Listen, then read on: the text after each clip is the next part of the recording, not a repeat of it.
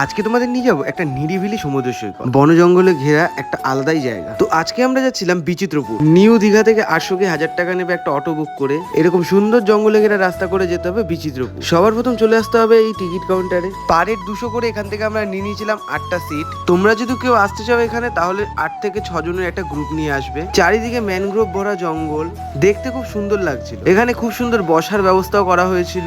একটু পরে আমরা চলে গেছিলাম আমাদের বোটের দিকে। তাড়াতাড়ি করে আমরা বোটে উঠে পড়েছিলাম। এদিকে সোনাখালী নদীর উপর দিয়ে যেতে যেতে আমরা দেখতে পেলাম নদীর পাশ দিয়ে অনেকগুলো ছোট ছোট খাড়ি ঢুকে গেছে। তো ফাইনালি আমরা চলে এসেছিলাম বিচিত্রপুর। বন জঙ্গলে ঘেরা একটা সুন্দর দ্বীপ। দীঘায় এসে যারা আলাদা জায়গা এক্সপ্লোর করতে যাও তারা এখানে এসে ঘুরে যেতে পারো। এখানে এসে তোমরা দেখতে পেয়ে যাবে লাল কাঁকড়া, সাদা বক, আরো অনেক কিছু। এরকম ন্যাচারাল ভাইব নিতে হলে চলে আসতে পারো বিচিত্রপুর। তারপর আমরা চলে এসেছিলাম আবার টিকিট কাউন্টারের এখানে। এখান থেকে আমরা তাড়াতাড়ি করে বেরিয়ে পড়েছিলাম হোটেলে যাওয়ার জন্য। রাস্তায় যেতে যেতে তোমরা পেয়ে যাবে চন্দনেশ্বর মন্দির, চাইলে এটাও তোমরা ঘুরে নিতে পারো।